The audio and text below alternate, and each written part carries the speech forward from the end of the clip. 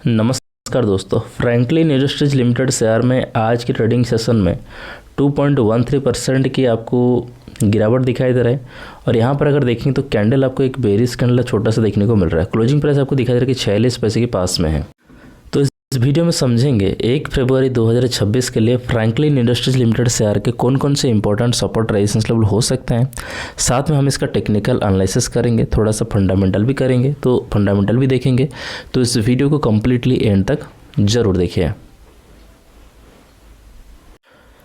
Market cap की बात करें तो आपको यहाँ पर 35.5 करोड़ के मार्केट कैप दिखाई दे रहा है। स्टॉक भी आपको 18 पे दिखाई दे रहा है और इंडस्ट्री पे 31.8। अगर हम स्टॉक पे को इंडस्ट्री पे के साथ में कंपेयर करें तो आपको दिखाई दे रहा है जो स्टॉक पे हो इंडस्ट्री पे से कम देखने को मिल रहा है। जब भी आप देखते हैं स्टॉक पे इंडस्ट्री पे से कम होता है तो स्टॉक को एक अंडर वैल्यूड स्टॉक में कंसिडर किया जाता है। लेकिन ये सिर्फ एक अच्छा अगर ज़्यादा होता है तो उसको ओवर वैल्यूड स्टॉक में कंसिडर करते हैं। लेकिन ये सिर्फ एक फैक्टर है, और भी कई सारे फैक्टर देखना जरूरी होता है, जैसे कि डेप्ट, आरओई, ग्रोथ, ये सब देखना भी जरूरी होता है। कभी भी सिर्फ पीयू को देखकर वैल्यूएशन के डिसाइड नहीं किया जाता है।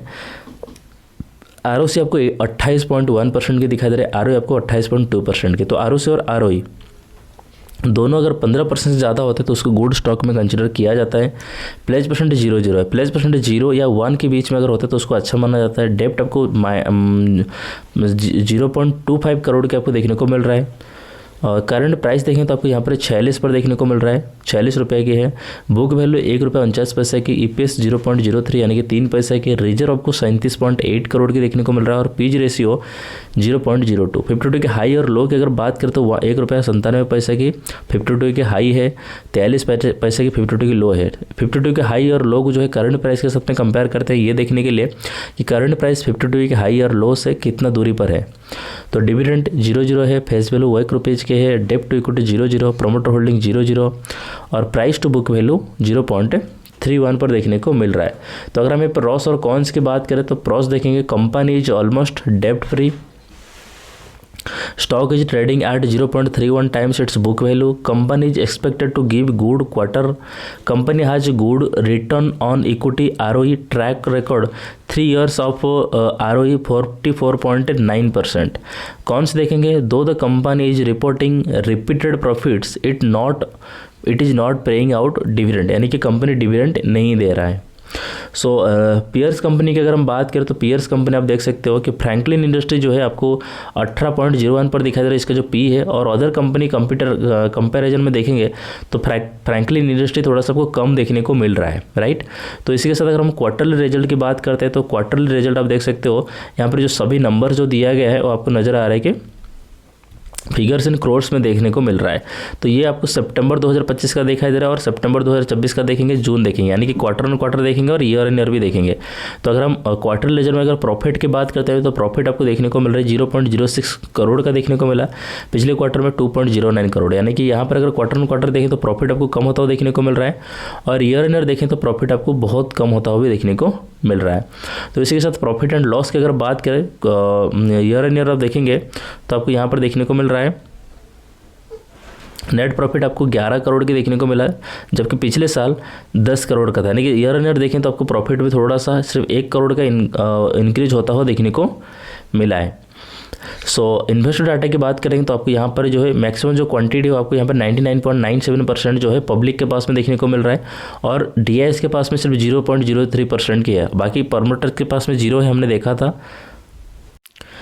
फ्रैंकलिन इंडस्ट्री को डिटेल में समझने के लिए सबसे पहले हम चार्ट को देखेंगे वीकली टाइम फ्रेम में। दोस्तों वीडियो को एंड तक देखिएगा, मैं आपको पूरा क्लियर करूंगा, आपका पूरा डाउट क्लियर कर दूंगा, क्या टारगेट होना है, क्या सपोर्ट लेवल होना है, क्या रेजिस्टेंस होना है, सब कुछ मैं आपके सामने क्लियर करके बताने वाला हूँ, आपके सभी डाउट क्लियर करने वाला हूँ, ठीक है।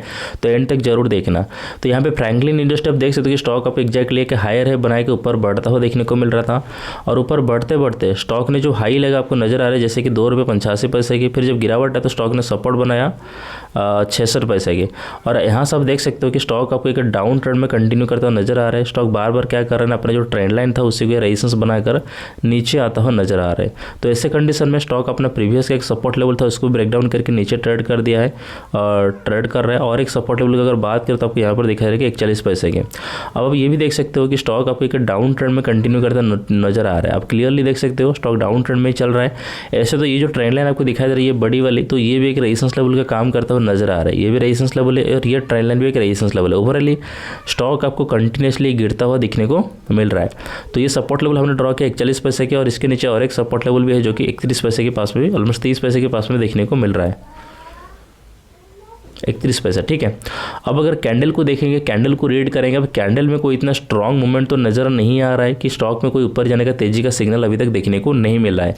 तो बहुत सारे लोग पूछते हैं कि भाई इसमें क्या टारगेट हो सकता है। देखिए दोस्तों, जब स्टॉक डाउन ट्रेंड में चलता है तो उसमें टारगेट डिसाइड नहीं करते, जब अप ट्रेंड में होता है तो हम टारगेट को डिसाइड करते हैं, या रेजिस्टेंस क्या हो सकता है, टारगेट क्या हो सकता है, कौन से लेवल पर ध्यान देना चाहिए, ऊपर की साइड में रेजिस्टेंस पर, तो ये चीज़ें हम नोटिस करते हैं। लेकिन जब स्टॉक डाउन ट्रेंड में चल रहा है तो हमें मैक्सिमम जो सपोर्ट लेवल पर ध्यान होता है कि कौन से सपोर्ट लेवल यहाँ पर इंपॉर्टेंट है। तो यहाँ पर आपके सामने 2 सपोर्ट लेवल इंपॉर्टेंट है जो हमने ऑलरेडी ड्रॉ करके रखे हैं। थोड़ा सा और क्लैरिटी के लिए अगर हम चार्ट को डेली टाइम पे देखेंगे तो आप देख सकते हो पिछले 5-6 दिन से स्टॉक एक ही जगह पर एक रेंज बनाकर ट्रेड करता हुआ दिखाई दे रहा है। बाकी यहाँ पे जो रेजिस्टेंस लेवल है आप उसको भी नोटिस कर सकते हो, लेकिन जो इंपॉर्टेंट लेवल्स है वो हमने ऑलरेडी ड्रॉ कर दिया है। बाकी डेली टाइम पर आपको छोटे छोटे और भी कुछ लेवल्स देखने को मिल रहे हैं। ठीक है दोस्तों, यहाँ पर सभी चीज़ें मैंने आपको सामने क्लियरली समझा दिया है, क्लियरली बता दिया है। फिर भी आपके मन में कोई डाउट है कमेंट करके मुझे पूछ सकते हो। इस वीडियो के लाइक करिए, आपकी छोटी सी लाइक मुझे इनकरेज करती है और भी अच्छे अच्छे स्टॉक को सिलेक्ट करके आपके सामने वीडियो प्रेजेंट करने के लिए। सो आप तो लाइक करना मत भूलिएगा। दोस्तों यहाँ पर जो भी हमने एनालिसिस किया, जो भी डिस्कस किया, सिर्फ मेरा व्यू है, मेरा ओपिनियन है। सो आपका क्या व्यू है मुझे कमेंट करके जरूर बताइएगा। ये वीडियो सिर्फ एक एजुकेशनल पर्पज़ के लिए बनाया गया, मैं कोई सेबी रजिस्टर्ड एडवाइजर नहीं हूँ। किसी भी निवेश से पहले अपने फाइनेंशियल एडवाइजर से सलाह जरूर लीजिएगा। मिलते हैं दोस्तों नेक्स्ट वीडियो में, धन्यवाद।